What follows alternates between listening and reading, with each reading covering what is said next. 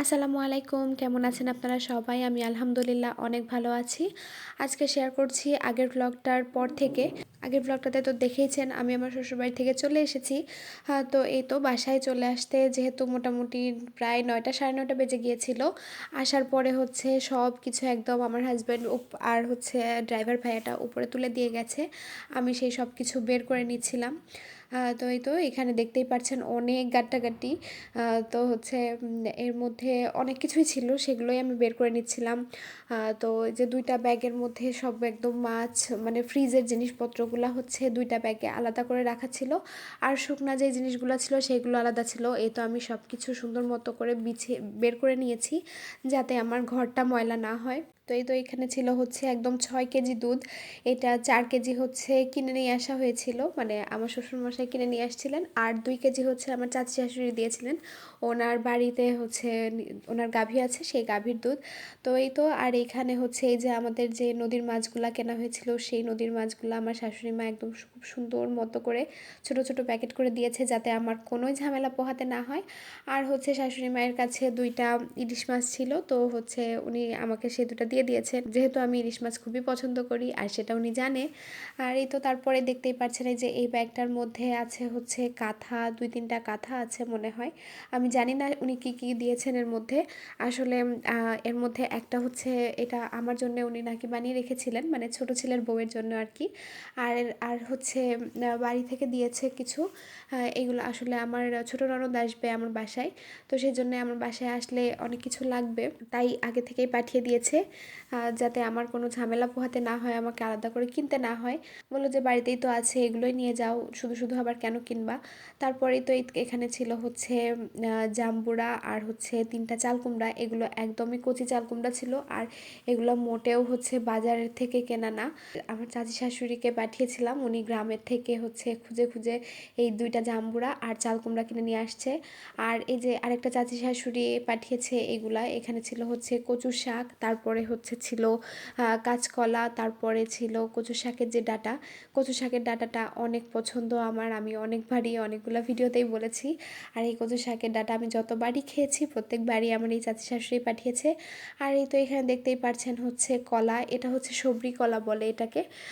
এইগুলো এগুলো হচ্ছে কাঁচা ছিল, সেটা এটার কয়েকদিন রেখে দিলে হচ্ছে পেকে যাবে। আমি হচ্ছে এটা কিনে নিয়ে আসছিলাম, দেখলাম যে একজন একদম কাঁধ ধরে বিক্রি করছে। তো তো আমার মেজো যা হচ্ছে দুই ছড়ি নিল আর আমি 2 ছড়ি নিলাম, বললাম যে আমিও নিয়ে যাই, আমি তো এই ফ্রেশ কলারটা সবসময় পাই না।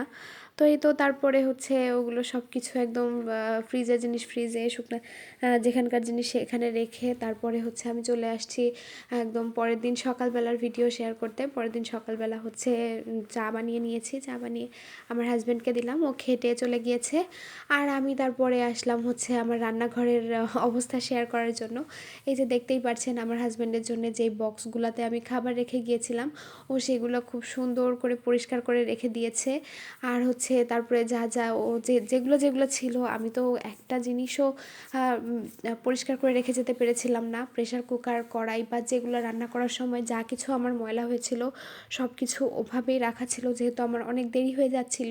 ও আমাকে বলল যে তুমি সারাদিন যেহেতু অনেক রান্না বান্না করেছো, ওগুলো আর ধুতে হবে না, ওগুলো রেখে যাও, আমি পরে আস্তে আস্তে ওগুলো পরিষ্কার করে ফেলবো। আসলে সংসার জীবনে হাজব্যান্ড যদি হেল্পফুল হয় তাহলে সংসার করাটা অনেক বেশি সহজ হয়ে যায়।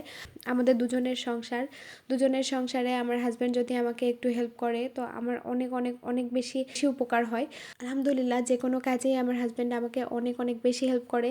কখনো কখনো এমনও হয় যে ওকে বলতেও হয় না যে আমাকে এটা করে দাও, ও নিজে থেকেই এসে করে দেয়, বা নিজে থেকে এসে আমাকে জিজ্ঞেস করে কি করে দিতে হবে তোমার, তুমি বলো আমাকে, আমি করে দিচ্ছি। তো আমি অনেক সময় ওকে বারণ করি না, কিছু করে দিতে হবে না, কিন্তু তারপরে ও দেখে যে হচ্ছে যে কাজগুলো আছে বা কোনো বাসন মাজতে হলেও সেগুলো আমাকে মেজে দেয়। আলহামদুলিল্লাহ। তারপরেই তো দেখতেই পেয়েছেন হচ্ছে আমি একটু বাইরে গিয়েছিলাম, বাইরে দেখলাম যে হচ্ছে বৃষ্টি হয়েছে। বৃষ্টির পরের ওয়েদারটা আমার খুবই পছন্দ। তারপরে চলে আসলাম দুপুরের খাবার দাবার শেয়ার করতে।